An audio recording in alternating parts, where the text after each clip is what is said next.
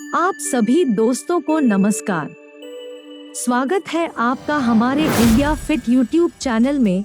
दोस्तों, इस साल 26 सितंबर 2022 से शारदीय नवरात्रि शुरू हो चुके हैं। यह पर्व पूरे भारत में भक्तिभाव और श्रद्धा भाव से मनाया जाता है और जैसा कि हम पीढ़ी दर पीढ़ी देखते आए हैं कि नवरात्रि के दौरान 9 दिनों तक भक्तजन माता के लिए उपवास करेंगे और उनके 9 रूपों की उपासना करेंगे। लेकिन क्या आप जानते हैं कि इन 9 दिनों तक व्रत रखने के पीछे क्या रहस्य छिपा है? क्या आप जानते हैं कि इन उपवास का संबंध सिर्फ धर्म से ही नहीं बल्कि आपकी सेहत से भी जुड़ा हुआ है? अगर नहीं तो चलिए शुरू करते हैं आज का ये वीडियो और जानते हैं कि आखिर इन व्रत को रखने के बारे में साइंस का क्या कहना है।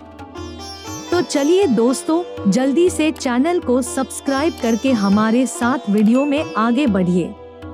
नवरात्रि में 9 दिनों तक देवी के अलग अलग रूपों की पूजा की जाती है। मान्यता है कि नवरात्रि में मां दुर्गा की पूजा अर्चना और व्रत रखने से भक्तों की मनोकामना जल्द पूरी होती है। लेकिन हिंदू धर्म के इस रीति रिवाज से विज्ञान भी जुड़ा हुआ है और इसका सीधा सीधा संबंध हमारे शरीर से है। इन 9 दिनों तक व्रत रखने के पीछे विज्ञान का क्या मानना है, चलिए आप भी जान लीजिए।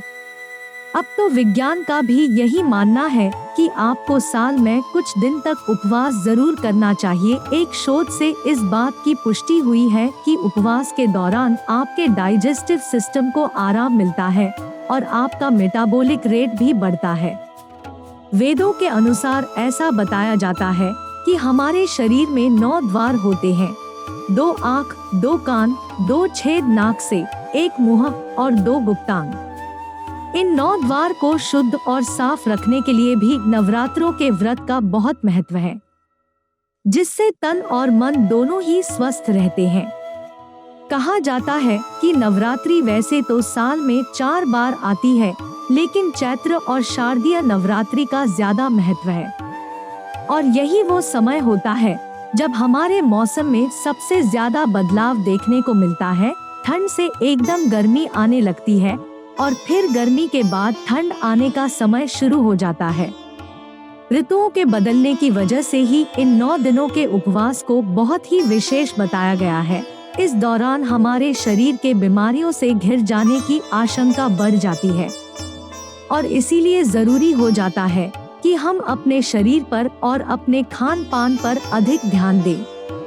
देखिए, 9 दिनों तक व्रत रखने का सबसे बड़ा फायदा है बॉडी का डिटॉक्सिफाई होना। फास्टिंग के दौरान अगर व्यक्ति खाद्य पदार्थों की जगह तरल पदार्थों का सेवन करे तो उसकी बॉडी डिटॉक्सिफाई होगी, यानी कि लिक्विड्स ज्यादा ले। इतना ही नहीं, इस तरह उपवास रखने से डाइजेशन सिस्टम बेहतर होने के साथ पेट संबंधी और त्वचा संबंधी समस्याएं भी कम परेशान करती है।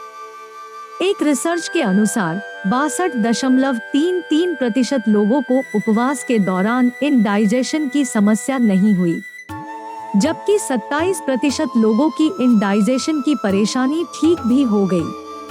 व्रत रखने से डाइजेशन रिलेटेड प्रॉब्लम्स भी दूर हो सकते हैं। तो अगर मैं बात करूं कि आप लिक्विड में क्या ले सकते हैं, तो आपके पास कई ऑप्शंस हैं, जैसे दूध, दही, छाछ और फलों के जूस में सेंधा नमक डालकर ले सकते हैं। इन सभी का सेवन करना काफी अच्छा माना गया है। आप पनीर और घी का सेवन भी कर सकते हैं। इन दुग्ध उत्पादों से आपको सही मात्रा में प्रोटीन और कैल्शियम मिलता है, जिससे आपको एनर्जी भी मिलेगी और आपकी हेल्थ भी अच्छी रहेगी। वैसे आपने देखा होगा कि व्रत के दौरान ज्यादातर लोग चाय का अधिक सेवन करने लगते हैं। इसके सेवन की वजह से शरीर डिहाइड्रेट हो जाता है।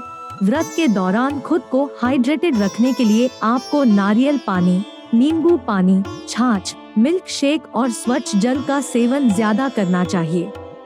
इसके अलावा कई लोगों को थोड़ी थोड़ी देर बाद कुछ खाने की आदत होती है, जिसमें वो चाय के साथ व्रत के चिप्स खाते हैं या फिर कुट्टू के आटे से बनी पकौड़ी खाते हैं। लेकिन ये सब आपकी हेल्थ के लिए अच्छा नहीं है। इसलिए भूख को शांत करने के लिए आप फलों की चाट बना सकते हैं, ड्राई फ्रूट खा सकते हैं, भुने हुए मखाने, उबले हुए शकरकंद, ये सब चीजें खा सकते हैं जो पेट की भूख भी शांत करेंगी और आपको स्वस्थ भी रखेंगी। ये तो हम सभी जानते हैं कि व्रत के दौरान गेहूं का आटा और चावल का सेवन नहीं किया जाता, लेकिन अन्य चीजें खाते समय भी आपको बहुत सोच समझकर फैसला लेना चाहिए।